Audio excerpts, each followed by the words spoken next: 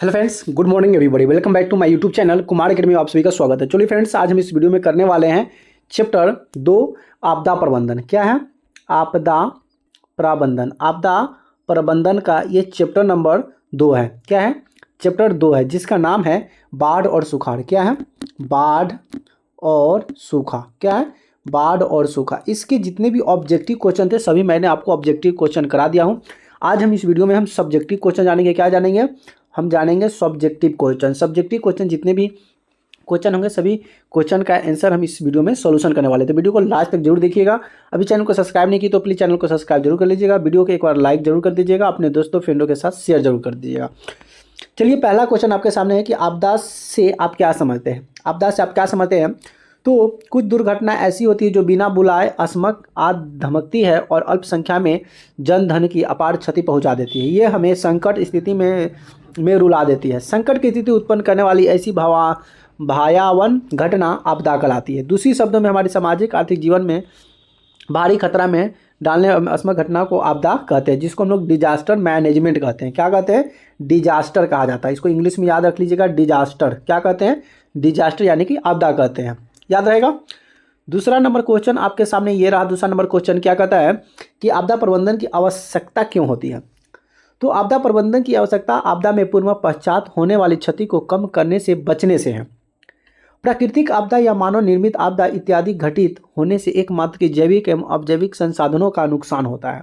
इसी संदर्भ में लोगों को विशेष परीक्षण देकर उसे प्रभाव को कम करना आपदा प्रबंधन कहलाता है। क्या कहलाता है? आपदा प्रबंधन। जैसे कि कोई घटना होने वाली, उसकी पश्चात जो क्षति होगा उसको कम करना या बचने से है, आपदा को रोकना। तो यही हमारा क्या कहलाता है?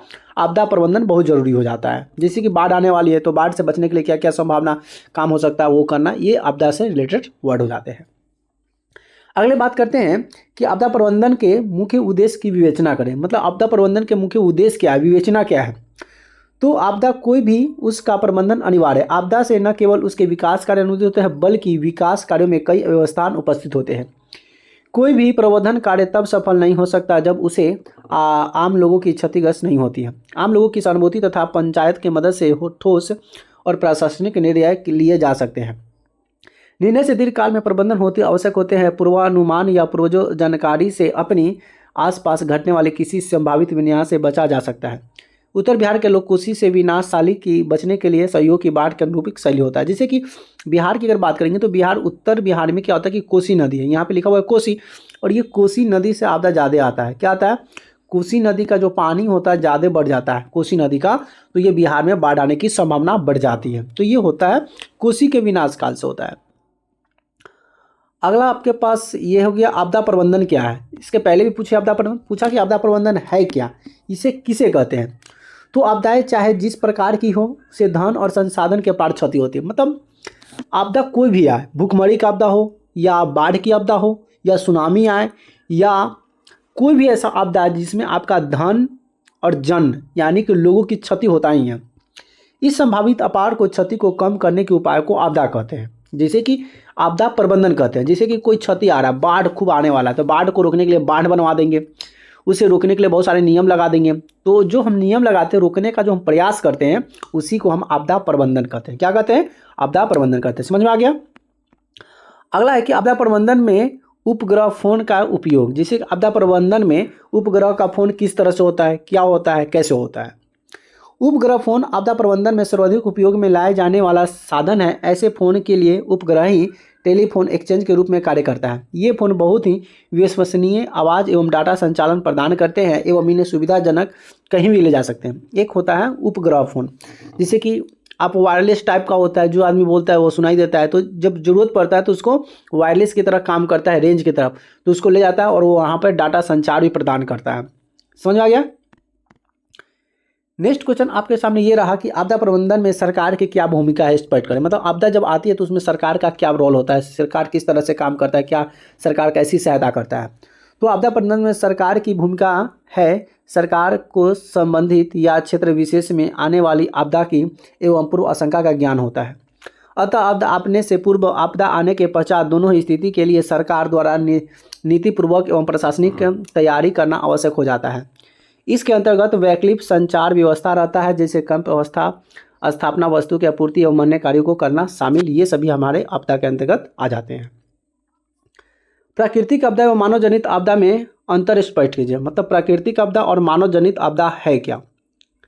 चलिए इसकी बात कर लेते हैं, प्राकृतिक आपदा और मानव जनित आपदा। सबसे पहले हम बता देते हैं प्राकृतिक आपदा कहते हैं जो कि उसमें मनुष्य का कोई रोल नहीं होता है, जैसे कि बाढ़ आना मनुष्य के हाथ में नहीं है, उसके बाद सुखाड़ आना मनुष्य के हाथ में नहीं है, कोई मतलब विस्फोट हो जाना ये प्रकृति के हाथ में नहीं है।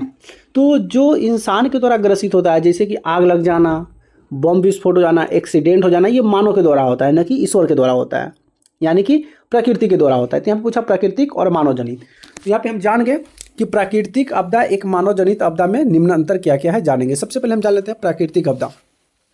हमारे वातावरण में घटित होने वाली ऐसी घटनाएं जो प्राकृतिक कारणों से उत्पन्न होती है वो प्राकृतिक आपदा कहलाती है। जैसे भूकंप, बाढ़, सूखा, सुनामी, भूस्खलन, चक्रवात, ये सभी प्रकृति के द्वारा होता है। इसमें कोई भी इंसान का इतना हिम्मत नहीं है कि वह सुखाड़ करवा सके, कोई भी इंसान को इतना हिम्मत नहीं है कि वो बाढ़ ला सके, कोई भी इंसान को इतनी हिम्मत नहीं है कि वो सुनामी ला सके। ये सब प्रकृति में जब छेड़छाड़ होता है तो ऐसी आपदा शुरू हो जाती है। अब बात कर लेते हैं मानव जनित आपदा। मानव जनित का मतलब ऐसी घटना जिसकी उत्पत्ति मानव कारण से घटित हो जाता है। जैसे कि कोई कंपनी है, इसमें आग लग जाना, ट्रेन का एक्सीडेंट हो जाना, ठीक है, वायुयान में आग लग जाना, बम विस्फोट हो जाना, ये प्रकृति का देन नहीं है। ये इंसान जब कोई गलत काम करता है, मान लेते कि ट्रेन चला रहा है, ट्रेन के आगे कोई गलत सामान रख दिया, टूटल, या ट्रेन की पट्टी टूट गई, या ड्राइवर थोड़ा सा गलत कर दे, इसकी वजह से एक्सीडेंट हो जाता है। तो उसमें प्रकृति से कोई लेना देना नहीं होता है। अधिक संख्या में मानव की ही हानि पहुंचती है, मानव जनित आपदा कहलाती है। जैसे कि रेल मार्ग, युद्ध, आतंकवादी, महामारी, सांप्रदायिक दंगे, ये सभी जो होता है मानव जनित आपदा कहलाता है। समझ में आ गया? चलिए नेक्स्ट क्वेश्चन आपके सामने ये रहा कि बिहार एवं सर्वाधिक आपदाग्रस्त राज्य है कैसे। कहता है कि बिहार में सबसे ज़्यादा ना आपदा आता है, जैसे कि सुखाड़ भी आता है, बाढ़ भी आता है, बिहार में आता है। लेकिन बिहार में ही क्यों आता है, ये रीजन क्या है?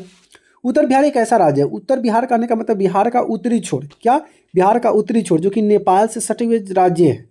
नेपाल से सटे हुए राज्य, जो बिहार का जो जिला है नेपाल से सटे हुए, क्योंकि नेपाल पानी क्या करता है, छोड़ता है, और जो नेपाल जब पानी छोड़ता है तो जो पानी होता है हमारे बिहार में आकर प्रवेश करता है, तो सबसे ज़्यादा बाढ़ जो ग्रस्त होता है वही होता है। कहता है कि जहाँ कई प्रकार की प्रकृति आपदा आती रहती है, यहाँ मुख्य रूप से बाढ़, सूखा, तूफान, वज्रपात, भूकंपीय आपदा आती है। बाढ़ तो बिहार का नियत बन गई है। उत्तर बिहार के लोग प्रत्येक वर्ष बाढ़ की परेशानी से झेलते और सूखा के प्रभाव से दक्षिण पश्चिमी और मध्य पश्चिमी दक्षिणी बिहार में अधिक पड़ता है। तूफान का प्रभाव बिहार के उत्तरी पूर्वी जिलों में अधिक पड़ता है। भूकंप का सर्वाधिक प्रभाव उत्तरी बिहार के सीमावर्ती जिलों पर पड़ता है। कब पड़ता है? ये आपदाग्रस्त राज्य है। समझ में आ गया? नेक्स्ट अगला आपका ये है कि आग आपदा के समय कौन से उपाय करना चाहिए। ये भाई इंपॉर्टेंट है, ठीक है, जो कि सभी बच्चों को जानना चाहिए। ये आपका एग्जाम के तौर पे नहीं है, फिर भी आपका जो ग्रसित जो आप घर में बच्चे के नियम जो होते हैं, आग लग जाए तो क्या करना चाहिए, उस समय आपका उपाय क्या करना चाहिए, ये सभी आपके लिए बहुत ज़रूरी है। तो ये चीज़ जान लीजिएगा। कहता है आग लगने की स्थिति में सबसे पहले आग में फंसे लोग को बाहर निकालने एवं घायल को तत्काल प्राथमिक उपचार देकर अस्पताल पहुंचाना चाहिए। प्राथमिक उपचार क्या होता है? जैसे कि जल रहा है तो उसको कंबल से ढकना, ठीक है, उसके बाद उसका जो प्राथमिक उपचार होता है, डिटॉल लगाओ, साफ करो और जल्दी से ना उसको हॉस्पिटल में जाओ।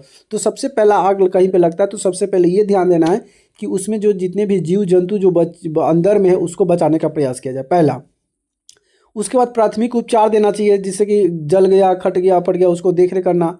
प्राथमिक उपचार में ठंडा पानी डालना, बर्फ से सहलाना, बरनौल आदि का उपयोग करना, आग को फैलाव को रोकना, बालू, मिट्टी, तालाब के जल उपयोग करना आदि। बिजली से आग लगी हो तो सबसे पहले बिजली का तार काट देना।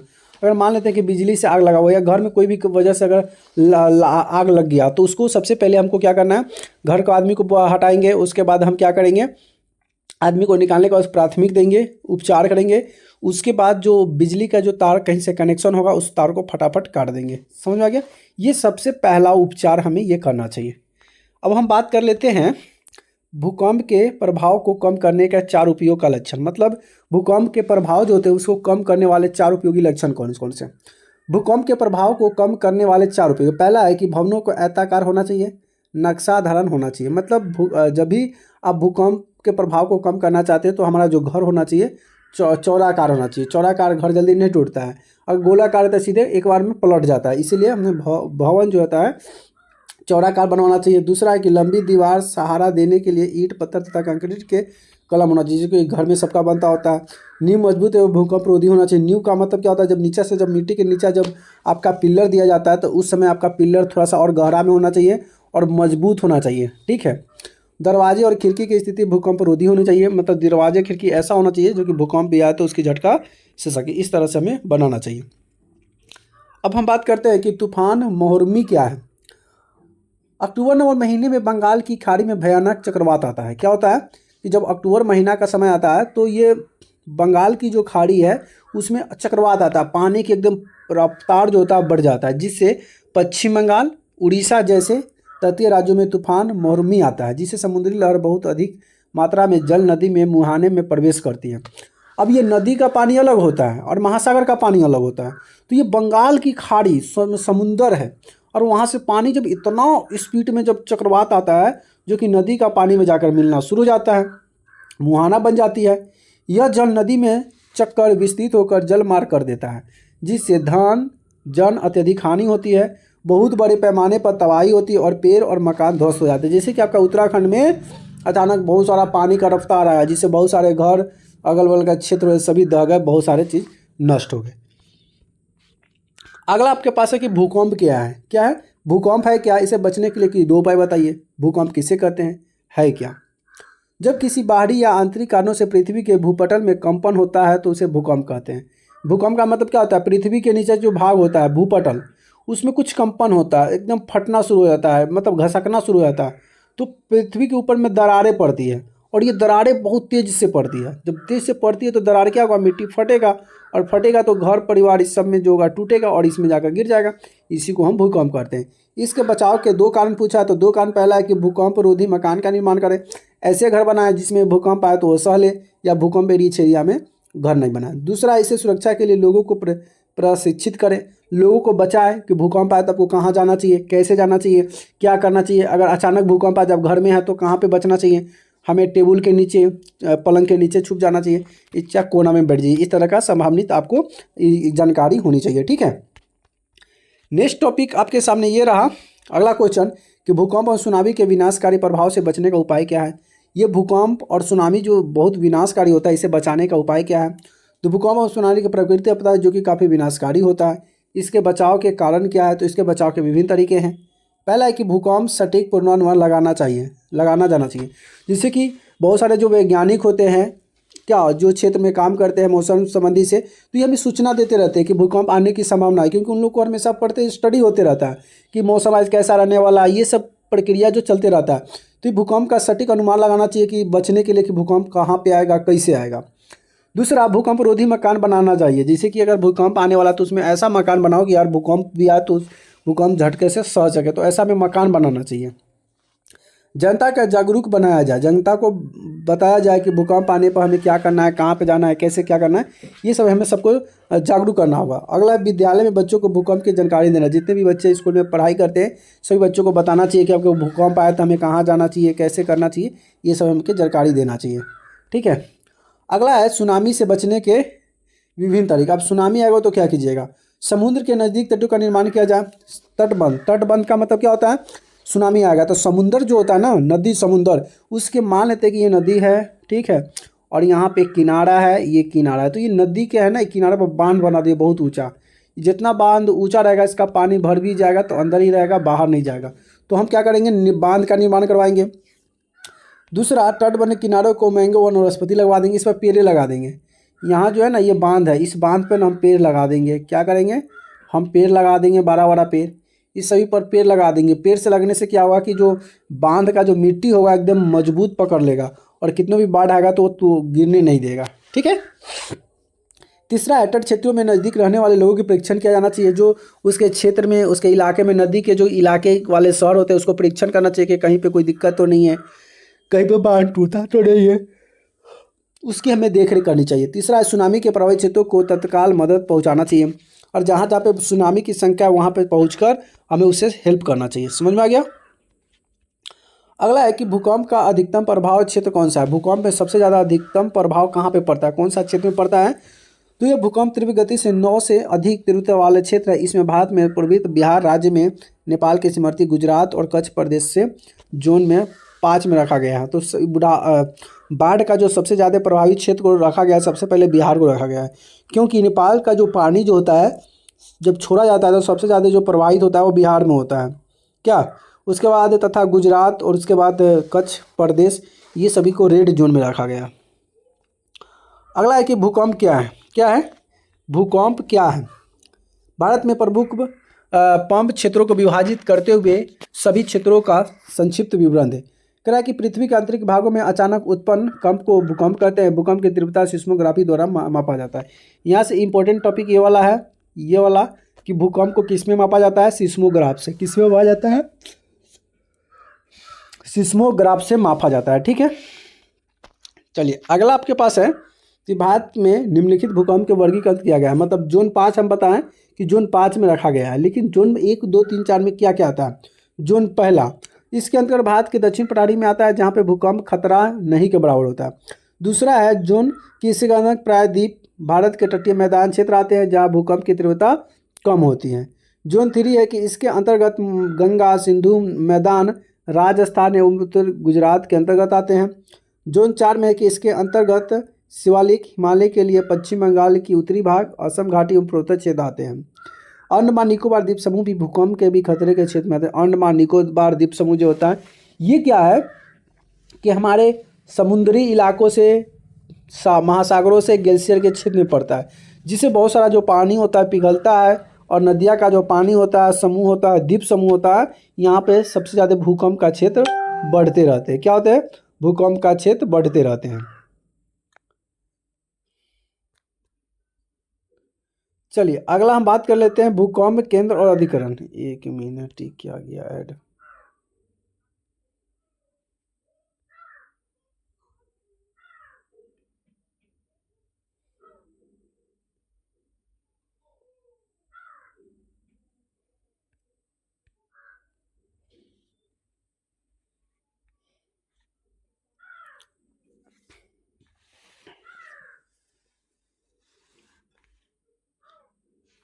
चलिए अगला कि भूकंप केंद्र और अधिकेंद्र में अंतर क्या है। भूकंप केंद्र और अधिकेंद्र क्या होता है।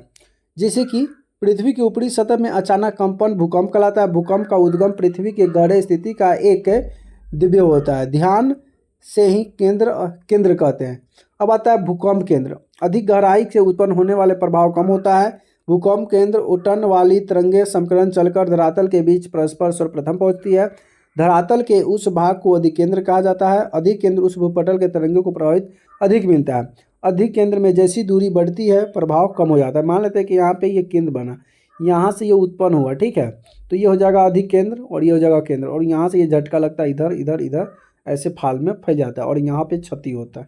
लेकिन यहाँ मिट्टी के नीचे यहाँ से उत्पन्न होता है। ठीक है, अगला है कि सुखाड़ के हमारे दैनिक जीवन में प्रभावों का वर्णन करें। सुखाड़ हमारे जीवन का निम्नलिखित प्रभाव पड़ता है। पहला प्रभाव ये है कि सुखाड़ से कृषि उत्पादन कम होता है। सुखाड़ जब आएगा तो भाई खेती बाड़ी होगा ही नहीं, क्योंकि इसके कारण वही तो सफल के बाई नहीं हो पाती है और बुआई देर से होती है। सुखाड़ की स्थिति में ग्रामीण क्षेत्र में बेरोजगारी बढ़ जाती है। सुखाड़ के कारण पशु चारे की कमी होती है। सुखाड़ हो जाएगा तो माल जो भैंस होता है, गाय भैंस, उसको चारा नहीं मिलेगा। सूखे के कारण पेयजल की कमी आती है। सुखाड़ जब आएगा तो पानी का जो स्तर होगा नीचे चला जाएगा, जिसमें पीने का पानी का संभावना कम हो जाएगा। इसमें खड़ी फसलों की बहुत अधिक प्रभावित होगा। क्या इस तरह की जो संभावना होती है ये बढ़ना शुरू हो जाती है। अगला हम बात करते हैं कि सुखाड़ प्रबंधन का वर्णन करें। निम्नलिखित सुखाड़ प्रबंधन में किया जाता है, जल ग्रहण क्षेत्र में बांधकर छोटे छोटे जलाशय बनाए जाते हैं। सुखाड़ क्षेत्र में वृक्ष का संगम वृद्धि होता है। जहाँ पे सुखाड़ होता है वहाँ पे बहुत सारा पेड़ पौधा लगाना चाहिए। सूख फसलों की बुआई एवं ड्रिप सिंचाई की विधि को अपनाकर नहरों द्वारा सूखे क्षेत्र को जल पहुँचाकर हम सुखाड़ को बढ़ावा कर सकते हैं। जैसे कि जहाँ पे पानी की संभावना है, पानी जाता ही नहीं है, हम क्या करेंगे, वहाँ पे नल लगा देंगे, वहाँ पे पंपिंग सेट लगा देंगे, तब जाकर सुखाड़ के जो समाधान होगा धीरे धीरे खत्म हो जाएगा। अगला बात करते हैं कि सूखे के परिणामों का उल्लेख करें। कहता है कि सूखे की स्थिति में फसलें नष्ट हो जाने से खाद्यान्न उत्पादन कम हो जाते हैं, जिसके खाद्य समस्या उत्पन्न हो जाती है। राष्ट्रीय स्तर पर स्थित अकाल कहते हैं। जिसे कि मान लेते हैं जब बहुत ज़्यादा सुखाड़ होगा, जब सुखाड़ होगा तब फसल होगा या नहीं, और जब फसल नहीं होगा तो फिर अनाज आएगा कहाँ से, अनाज महंगा हो जाएगा। तो इस तरह से अकाल की स्थिति उत्पन्न हो जाती है। फसलों को सूखने के कारण मवेशियों के लिए चारा का अकाल हो जाता है। साथ ही साथ सभी जीव को जल का अभाव भी हो जाता है। अगला है कि सुनामी से बचाव के उपाय क्या है। सुनामी से बचाव के उपाय क्या है। सुनामी से बचाव के अगर उपाय की बात करेंगे तो सुनामी से बचाव के विभिन्न तरीके हैं।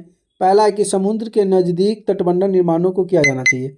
तटबंध का मतलब क्या होता है, बांध बनाना। अभी आपको हम बनाना है कि ये नदी है, ये सब क्या है, नदी है, हमें दोनों छोर क्या बनाना चाहिए, बांध बनाना चाहिए। क्या बनाना चाहिए, बांध बनाना चाहिए। दूसरा, तटबंध के किनारे मैंगो वनस्पति लगाना चाहिए। हमें मैंगो वन यानी कि और बहुत सारे ऐसे पेड़ पौधे जो होते हैं बड़े बड़े, हमें इस बांध पे लगाना चाहिए। क्या करना चाहिए, इस बांध पर हमें पेड़ लगाना चाहिए, जिससे मिट्टी जो है पेड़ को दबाकर बढ़िया से मिट्टी को रखें। तटीय क्षेत्र में नज़दीक रहने वाले परीक्षण किया जाना चाहिए और सुनामी के प्रभाव को मदद मिल सके, ये चीज़ आपको करना चाहिए। अगला है कि सुनामी से आप क्या समझते हैं। क्या कि सुनामी से आपके सुनामी से बचाव के क्या उपाय हैं।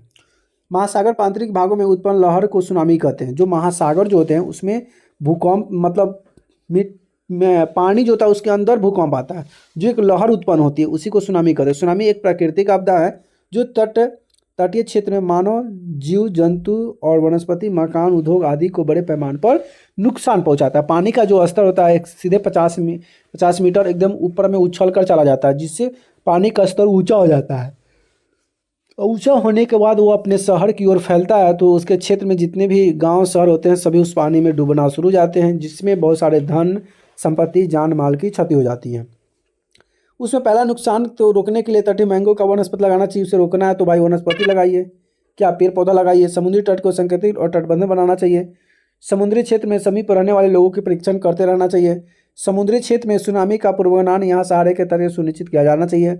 सरकारी एवं गैर सरकारी संगठनों की मदद लेना चाहिए। जो सरकारी संस्था काम करता है वो भी है, जो प्राइवेट संस्था काम करता है वो भी उसकी देखरेख करनी चाहिए। दो तीन क्वेश्चन और है, उसको भी कंप्लीट कर लेते हैं। कहता है कि सुनामी प्रभावित क्षेत्र में गृह घर के आना से विस्तृत कर दिया है। सुनामी प्रभावित क्षेत्र में दूर किया जाना चाहिए और गृह क्षेत्र में समस्त भागों को भी निक्षेपित की ऊंचे भाग पर ले जाना चाहिए। जब बाढ़ आए ना, तो बाढ़ जब आए तो हमें अपने घर से ज़रूरत का सामान लेकर और जो ऊंचे स्थान होता है उसे ऊंचे स्थान पर जाना चाहिए।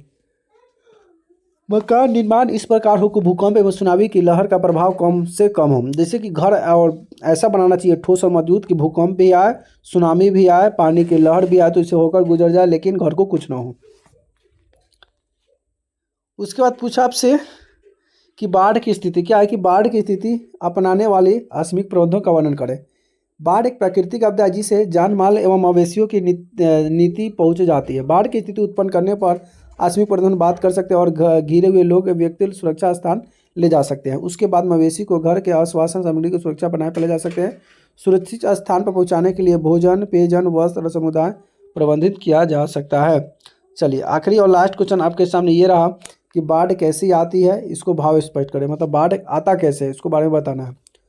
अधिक वर्षा होने के कारण नदी जल का जमा हो जाता है, मतलब बहुत सारा पानी होगा तो नदी में पानी तो जाएगा कहीं नहीं, बहुत जमा हो जाएगा।